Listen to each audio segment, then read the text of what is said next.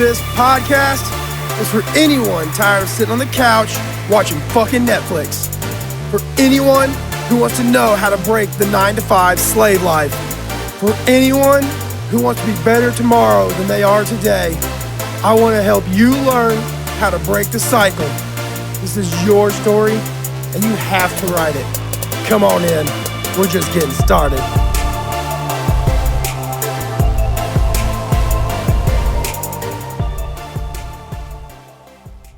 Hey, everybody. Welcome to the Getting Started podcast. As always, I'm your host, Sean Bustard. I'm here with a very, very awesome guest today, the true big boss lady of Texas. Ladies and gentlemen, Miss Tiffany Toombs, everybody. Thank you. Tiff, go ahead and introduce yourself and tell everybody what you do and just kind of a little bit about it. Yeah, so I am Tiffany Toombs, and I am an NLP master practitioner and trainer. So NLP stands for Neuro-Linguistic Programming, which is really just the look at how our brain stores our emotions, our belief systems, and our memories, and how that combines with the words that we use to communicate to ourselves and others to create the reality. And so what I specialize in doing is clearing out the emotional baggage and the mental trash that keeps people stuck. Very cool, very cool. I know I've talked about NLP to a few different of my colleagues at work and different friends here and there, and they all kind of look at me like I'm crazy, and they all think I'm, talking about brainwashing techniques and this, that, and the other. I'm like, well, it kind of is, but it's in a positive way, guys. It's always funny when people are like, oh, that's manipulation, or when people are scared of things like hypnosis and whatnot, which NLP is a branch of. And yet they don't realize that they're being hypnotized and brainwashed in everyday life through the education system, get good grades, go to college, get a job. They're being brainwashed and hypnotized through the media, through social media, through the government. You're already being hypnotized. You might as well set yourself up to at least be able to see that it's happening so that you can make more choices. You can have the freedom of more choice. Is really what NLP is about. All right, so let's get into it. I know a little bit about your story. Go ahead. Let's start back. Let's start back to when you were just a child, kind of coming up and sort of learning the world, so to speak. Were your parents really big into business, or were they kind of just your typical 9-to-5 blue collar guys? Give us a little bit of the story of kind of your childhood, I guess. Yeah, so I had two different childhoods. I had the one where I was predominantly with my mom and my stepdad, and they were both 9-to-5, blue collar. You have to work hard to make money. And so, it was always about working hard. My dad, both my parents really have a great work ethic. And that was finely tuned into us to go the extra mile and to be the best that you can by working hard, always over deliver. Then the other part of my childhood was every second weekend when I had to visit my biological dad, my stepmom, and there was a lot of drugs, a lot of drinking, and I was actually abused by my stepmom, physically abused by my stepmom, who was a domestic violence survivor herself. So that kind of created within me beliefs around not being worthy, about it not being safe to stand out, because I've been a natural performer my whole life. I started dancing when I was 3. Anything that resembled a stage at all, I was performing on it. And so whenever the spotlight was falling on me is when the abuse would happen. And so I learned from a very young age that it then wasn't safe to stand out from the crowd. You're muted. Sorry about that. Okay, so you got two different childhoods going on here. Mm-hmm. Obviously, one much better than the other. So what were kind of like the financial situations of both sides? Like your mom and your stepdad were the hardworking blue collar types. Your dad and your stepmom were obviously into a much more wrong side of the track sort of life that I was used to as far as growing up. Um, were your mom and stepdad, were they pretty like were they very much of the breed of work hard, save your money, plan or use your 401k for retirement type of deal, or were they kind of just get out there and try to any kind of entrepreneurship going on there anywhere? No, and later in life, my dad did start up a business, but he started it right before the like '08, '09 crash. And so he went from having a ton of work to like nothing overnight. So then went back to the safe 9 to 5. My mom and my stepdad, who I just call my dad, I mean, we had enough growing up, but we weren't affluent. And we never really learned how to save. Knowing what I know now, like I see how how one generation impacts the next. So when my parents were growing up, their parents didn't have a lot of money, but would send them, I would hear stories of my dad being sent to the store as a kid, and he'd have $20 and like a full list of items that he had to get. And then he would be standing at the register going, okay, well, if we don't get this, then what can we get? And so because they grew up in a total scarcity place, they wanted us to have what we wanted to a degree. So knowing that, like, it always appeared that we had enough growing up. I knew that we weren't, I didn't get to wear brand name clothing or anything. And when Club Monaco sweatshirts were all the rage when I was in junior high, I had to rely on birthday presents from friends and family members to get those brand names. But we always had enough. And now that we're adults and we've had conversations with my mom, we find out that there was times where they were juggling money, like which bill do we pay this month? And, kind of that bill roulette of when are they going to turn the electricity off, or are they going to leave it on for now? So, but we never saw that side of it. That being said, we also really didn't learn how to save. I started working when I was 14, and it wasn't really until my mid to late 20s that I learned any sort of financial literacy. I can definitely relate to that. Growing up, we always kind of had sort of the same deal. Mom and dad was juggling bills. We didn't really know about it. And as an adult myself too, I kind of have the same deal going on. Sometimes you got to juggle a few things here and there, and you definitely don't want the kids knowing about it and adding that extra stress into them. So I can relate to that for sure. You talk about your first job at 14. What was that? Working in a fast food restaurant. And then because I had the work ethic that had been installed in me, so I started when I was a couple months before I turned 15. And by my 15th birthday, I had already been made like a supervisor and a manager. So that was kind of like the story of my working life. Money is a really interesting topic in my family, where my family tends to have a lot of like the newest stuff, the newest truck, the newest TV, whatever.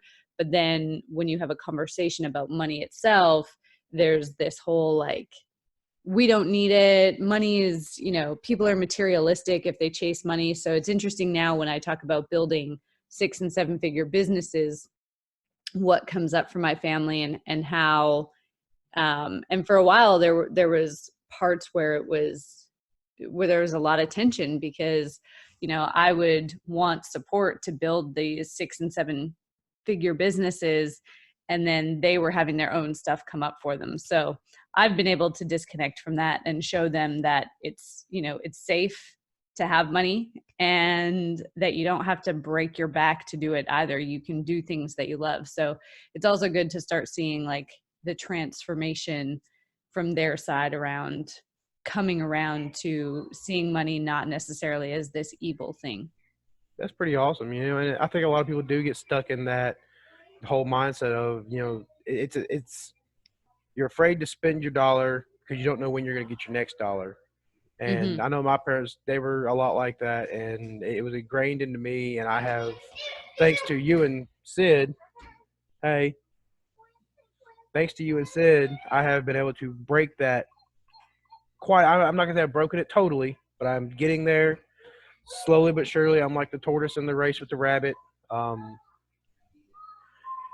but nothing comes overnight. It happens through time, and the longer I work with y'all, the better I'm getting about it. So, all right, into your 20s, you're starting to figure out money. You're getting a little bit better at handling it. You're starting to look into, I guess, venturing out on your own. Mm-hmm. And I know you spent quite a bit of time in the fitness industry, which eventually led to you going to Australia. Or did you go to Australia first and get into the fitness industry? Like, how did that whole game plan come about? So I started in the fitness industry when I was 14 as well. I started with the sports teams. I'm from a really small country town, so I started working with my high school football team, and then that kind of led to a community football team, which then led to me working with every team in the school. And so I was kind of doing double duty, their fitness programs as well as their rehab. So like the sports trainer side of things. That's what I went to college for. And that was kind of always my side hustle. Like I would be working my fast food job or whatever while having sports teams on the side that I would work for and school. So I always kind of from the age of 14 had probably a minimum of 2 or 3 teams that I was juggling on top of school and work. And I used to say that I worked, 3 jobs just to support my life as an athletic trainer. And that's what took me to Australia was I just wanted to go and travel. And I knew one of the easier ways to do it would be to set it up that I went and worked for a team for their season and they gave me a place to live. So a host family to live with. And that cut out kind of the accommodation costs and made it a whole lot easier for me to go.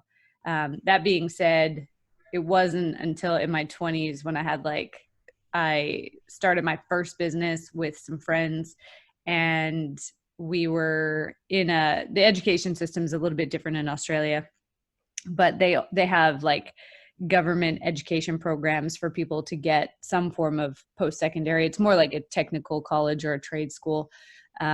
And the government funds that. And so we were running programs that the government was paying us anywhere between $5,000 and $10,000 a student. And there was a middleman company because you had to be what was called a registered training organization, which cost a lot of money to become. So we partnered with an RTO. They collected the money from the government, kept 20% for their dealings, and then gave us the rest. And it turns out that they had been doing a bunch of dodgy stuff on the side. Now, this is the first time I've started a business.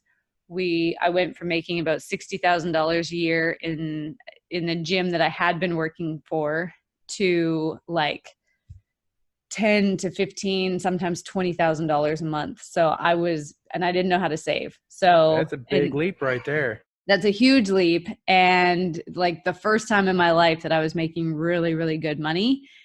And I didn't know what to do with it. And because it was my business and we had these huge pipelines, I just assumed that money would keep coming. So I had the mentality of, well, I'll just have some fun now, like reward myself for, 20 years or 10 years at that point of hard work.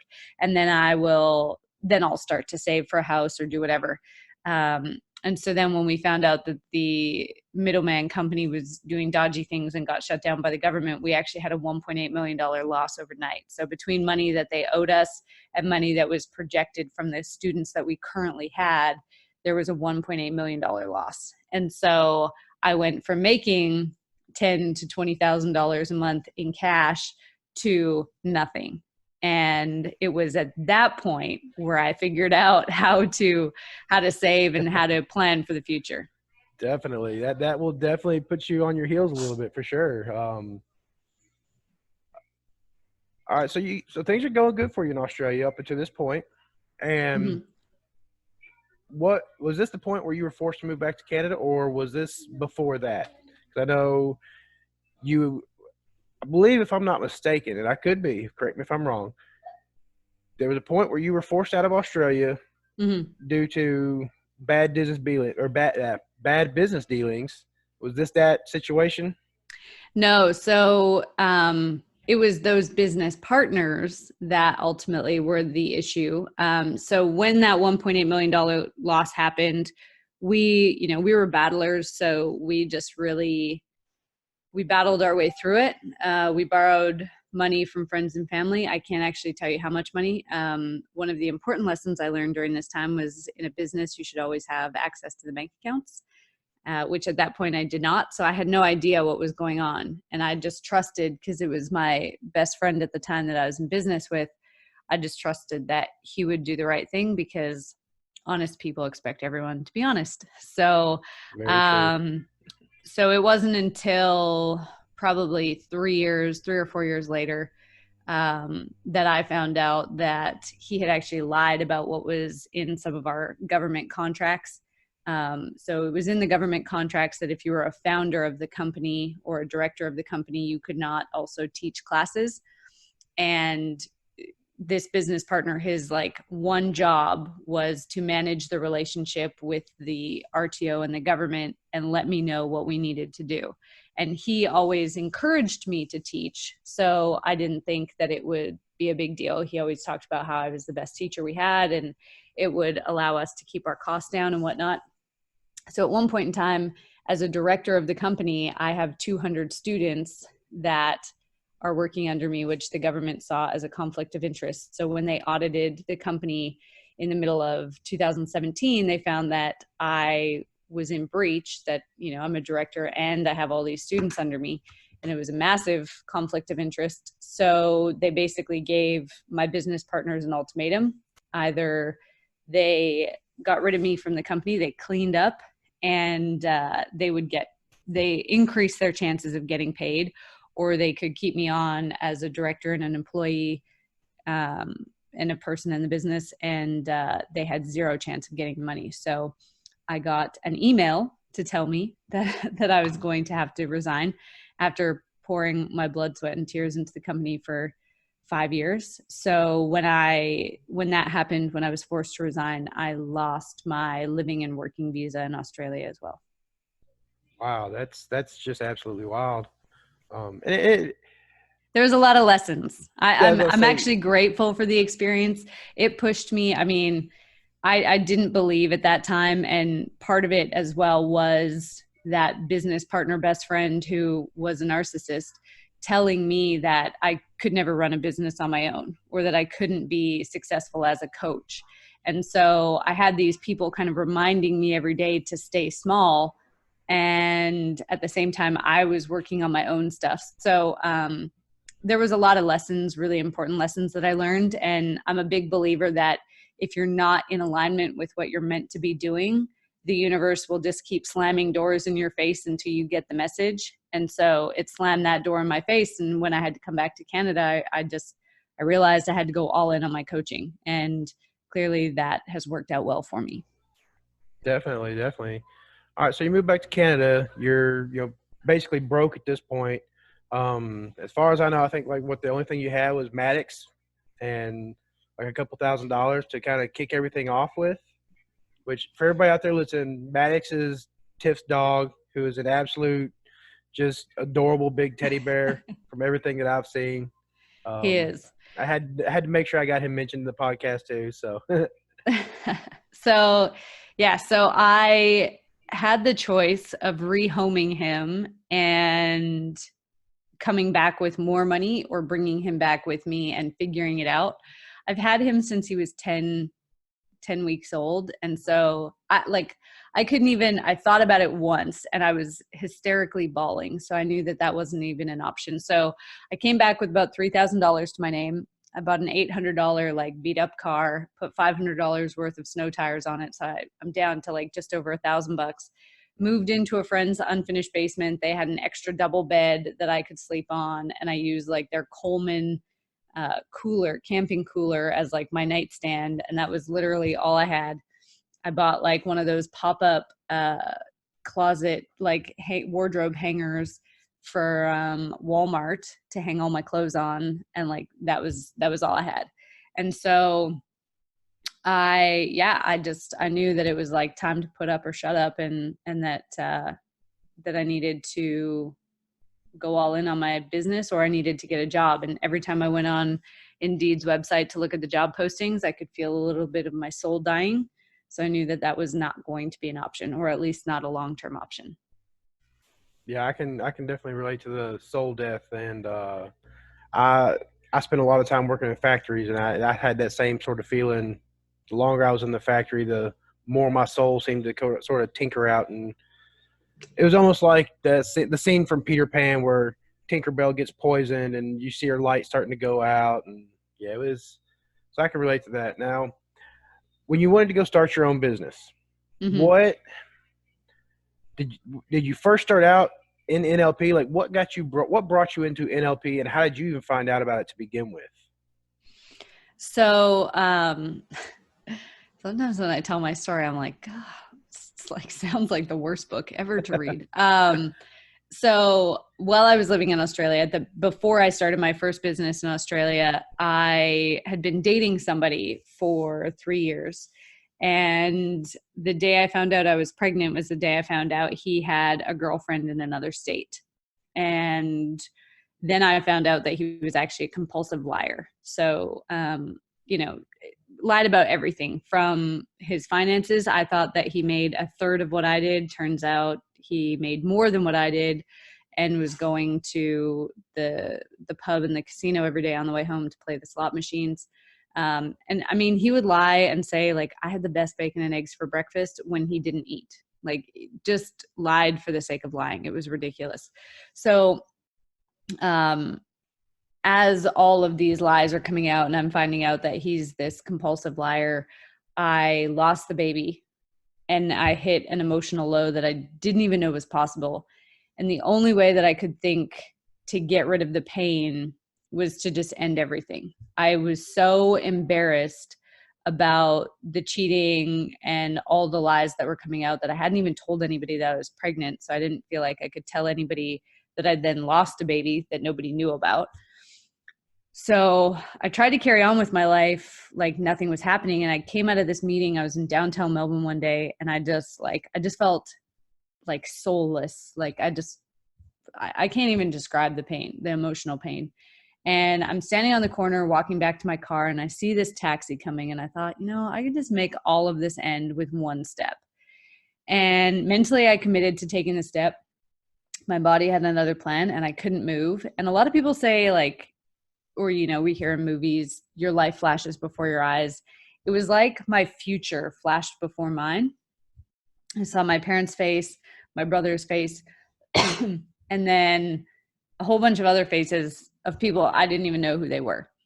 And I just got this feeling that my story wasn't done and that it was only really just beginning. So it was in that moment that I realized that all that abuse from my childhood, everything that had happened, that I actually had to deal with it. I couldn't keep sweeping it under the rug.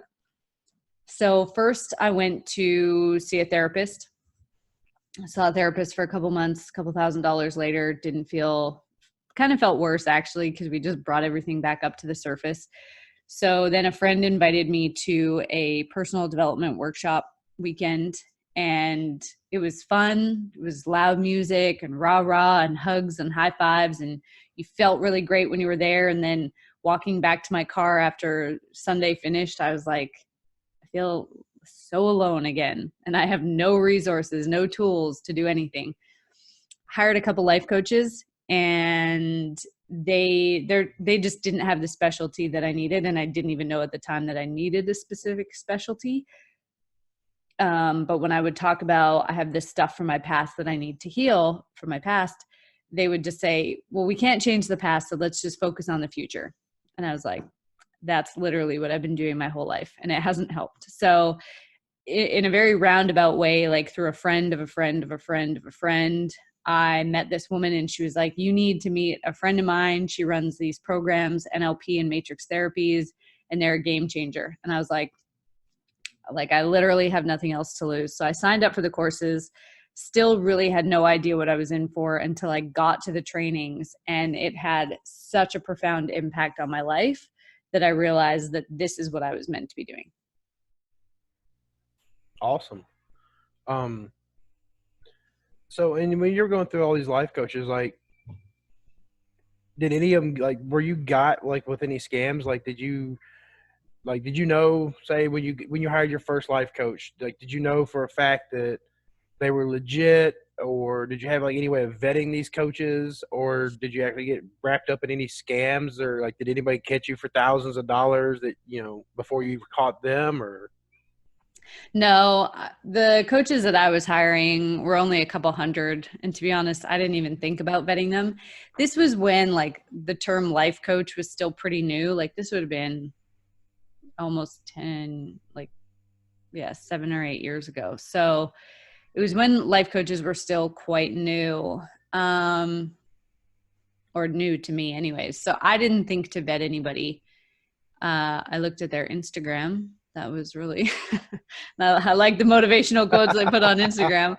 I know differently now, obviously, but back then I was looking for something. And I mean, they all gave me some stuff. Like I learned about affirmations, but it wasn't until I got to NLP that I really learned like why affirmations work or how affirmations work. And because they didn't really understand the science behind it, they didn't know how to tell me to do the affirmations other than just say these things. So look yourself in the mirror every day and tell yourself you love yourself. But they didn't say anything about how I stood or the tone of voice that I used. So when I coach people now, those are all things that I share. Like you can't just sit there and be like, I love you, and think that anything's going to change. And that's what I was doing. So I would do that for like a couple months and then be like, nothing is changing. And so all of those experiences I think were valuable for me because they have helped me become the coach that I am today and know like what people need to learn to make all of these techniques that we read about and we hear about so often actually work for them. Okay. So now when you went back to Canada and you decided you were going to start this coaching business, did you have anybody in particular you were working towards helping, or were you just kind of like, I'm going to put it out there to see if I can help somebody, anybody, just to at least get a foot in the door? Or like, did you have a specific niche you went after, or were you just kind of like, I'm going to target everybody until somebody takes me? There's a lot of people out there that when they first start, they really are very wide and broad spread with their targeting, and they will, pretty much jump at any chance to help anybody. And I think that's what causes a lot of people to sink and, not succeed with where they're going for it. Yeah. So I actually niched down quickly and too much. So what I see, what Sid and I see, and what we teach against is that a lot of people think that knowing your perfect client and niching down are the same thing. So I niched down to work with only women. I wanted to be about women's empowerment. And then when I met Sid, he was like, you're cutting off like 50% of the market. And I was like, but I only work with women. And if I just get my messaging right. And he was like, yeah, can you just like the next campaign you run, just open it up to men and see what happens? And then my business exploded. And so, and then I realized through coaching men that men communicate with women every day, whether it's their daughters, their wives, their mothers, their colleagues, whatever. They're communicating with women every day. And so one way for me to truly empower women is to help men get out of the way, get out of the, I don't really like the term toxic masculinity, but I think you know what I mean, like that, that toxic behavior where that macho, bro and like code. And really like get in touch with their emotions and develop emotional intelligence so that they can be more empowering to the women in their lives. And so what we often see go wrong, like what we tell people when they work with Sid and I, is you need to know the problems you solve so that you still have your message isn't totally broad.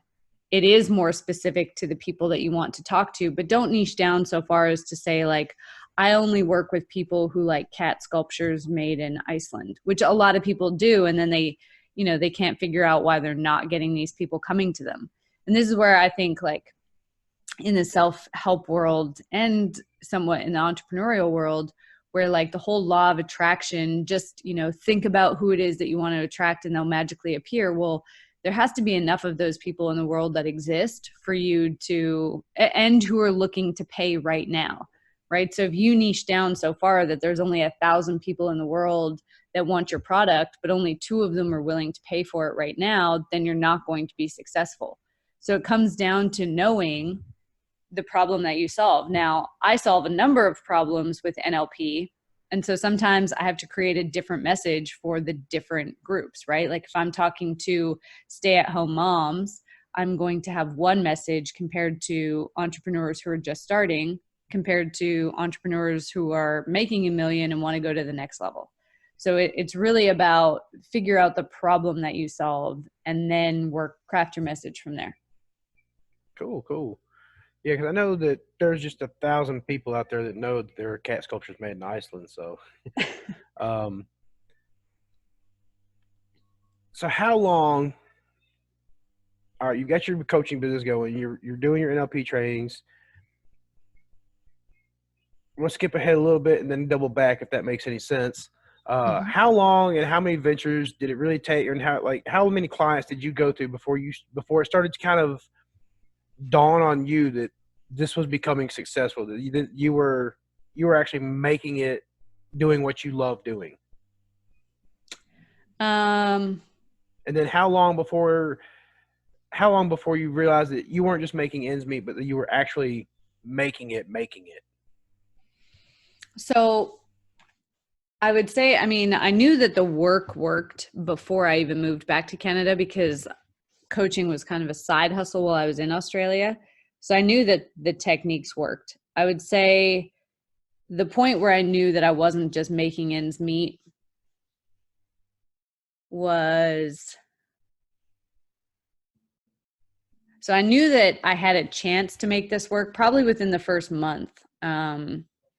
What I did, because I launched my business in January, I asked myself, who has a database of similar clients to what I'm looking for, but offer a different product or service? So because it was January and I knew all the resolutioners would be hitting the gym, I emailed every single, and I probably would have been more successful had I picked up the phone, but I didn't. I literally just emailed every single gym, CrossFit studio, yoga studio, Pilates studio in my town, in my city that I was in, and offered them a free 60-minute talk.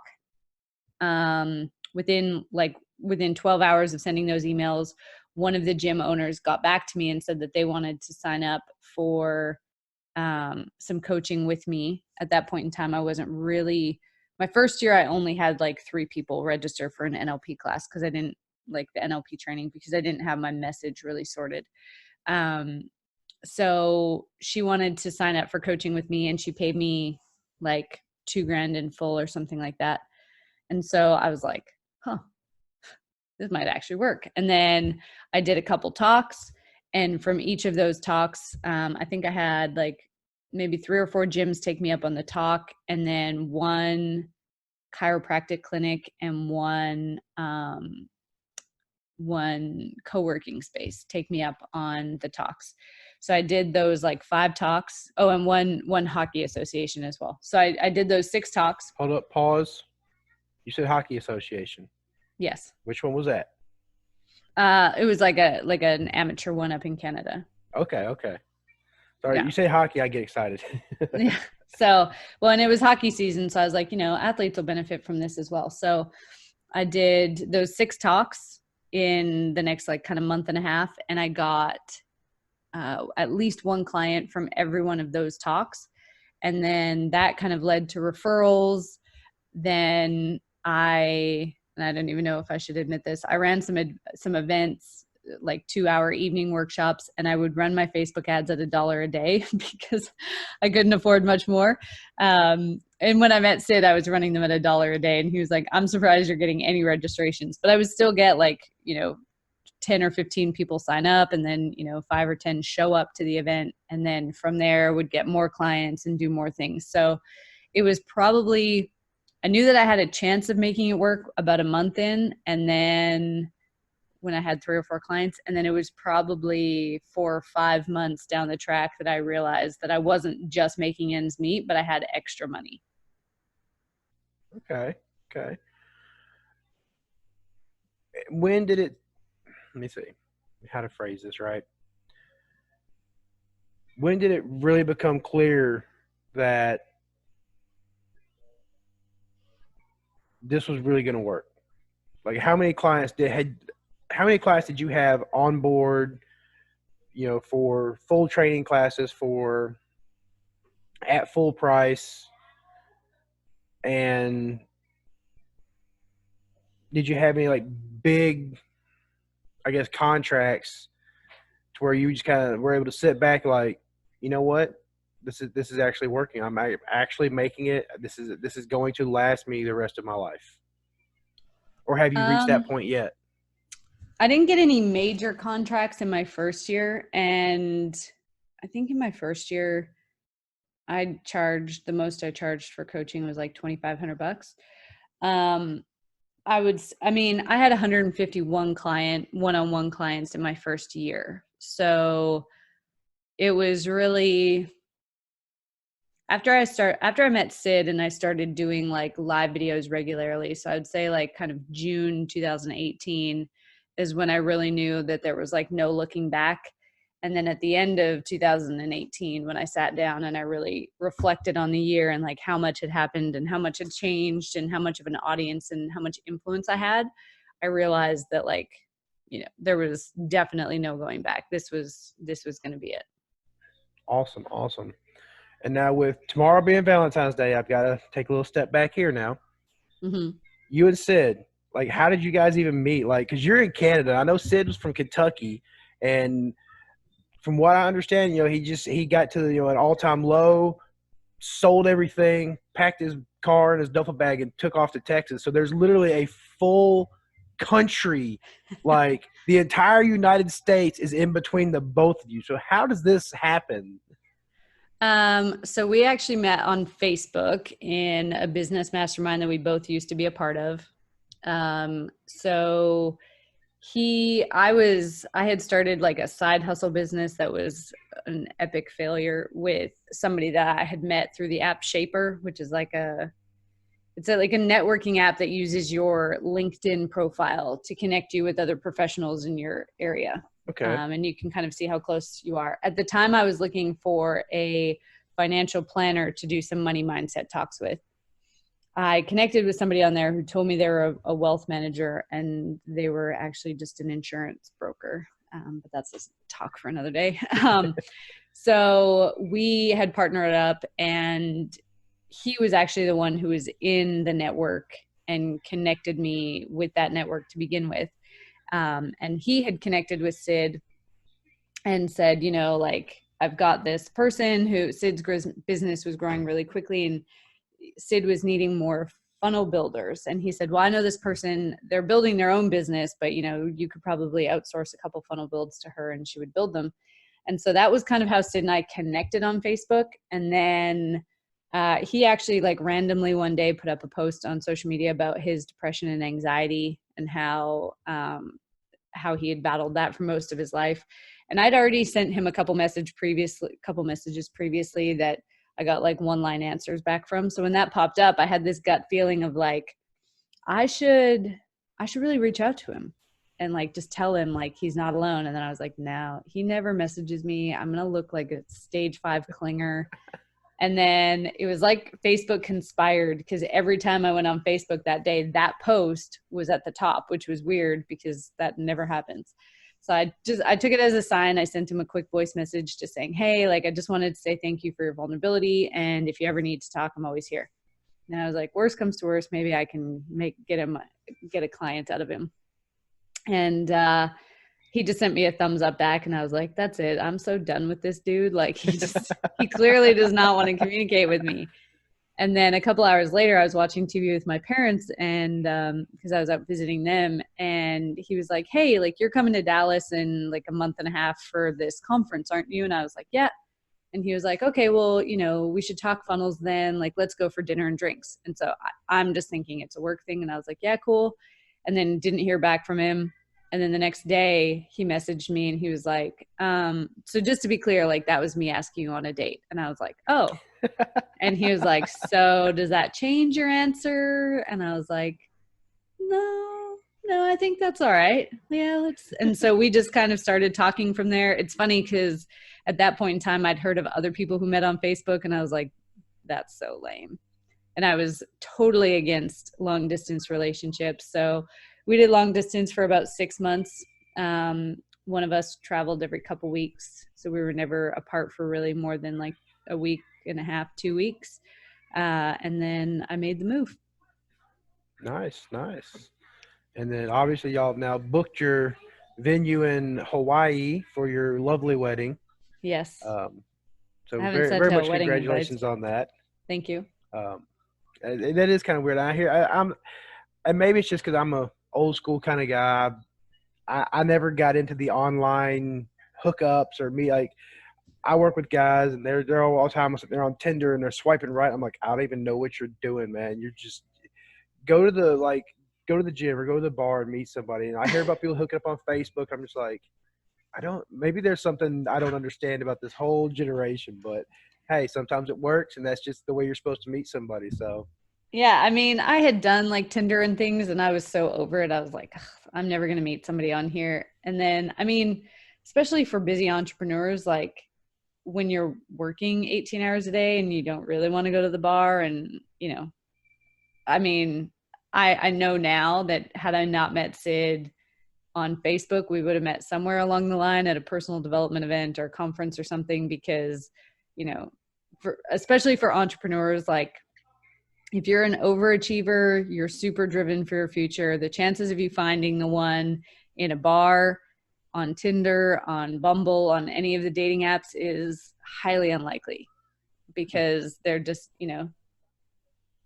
the high achieving driven entrepreneurs are few and far between. So, you've got to look, you got to go. My mentor always talks about target rich environments. So any of my single entrepreneur clients that come to me and are looking, I'm like, you need to go to Tony Robbins. You need to go to, just go to every personal development event you can find and business networking event because you're more likely there than you are on Tinder. Awesome. Well, Tiff, all right, we're gonna wrap things up here. It's been awesome talking to you. One last little bit of question though. One thing a lot of people ask me all the time is when you were first jumping into all this, like, how were you able to decipher, maybe what was bullshit versus what was actually legit? And especially without knowing any kind of true success stories behind anybody, like, how were you able to, I guess, filter through,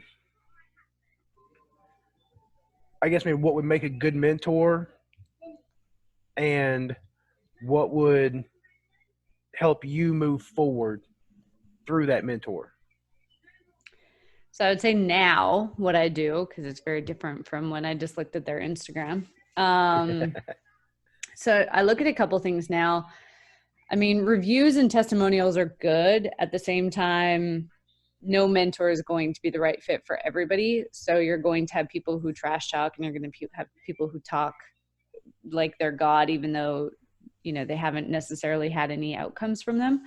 So really what I look at is I'm a pretty good reader of people. My intuition has never failed me. My intuition has never failed me. I have failed my intuition by not listening many a time.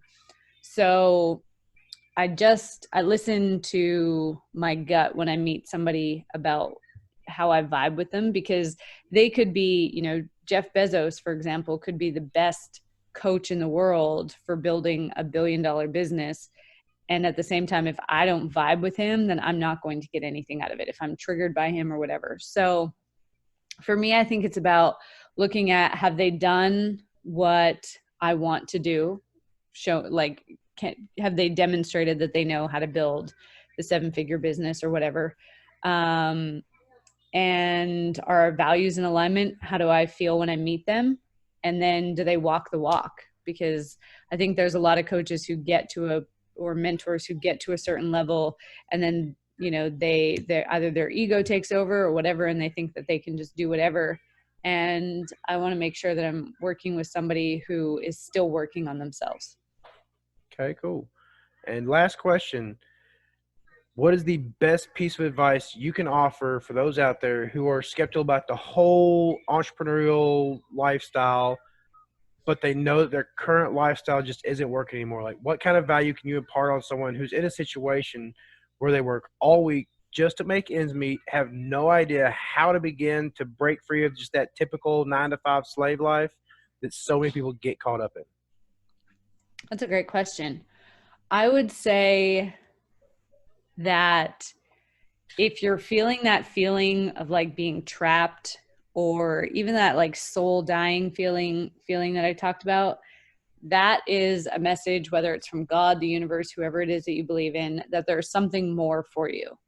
And whether that's you running your own business, or you running a side hustle, or you partnering with somebody, like just be open to the opportunities that come. Be open to learning, be open to new ideas, and just know that when you start to challenge your mindset and the beliefs that you've had for your entire life, the fear center of your brain is going to kick into overdrive and look for reasons why it won't work.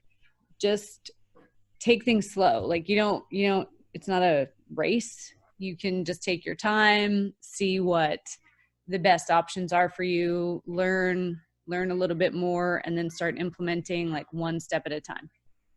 Awesome. Well, Tiffany, thanks for coming on the show today. And I look forward to, working with you for more in the future. I cannot wait until end of March for the NLP training in Dallas.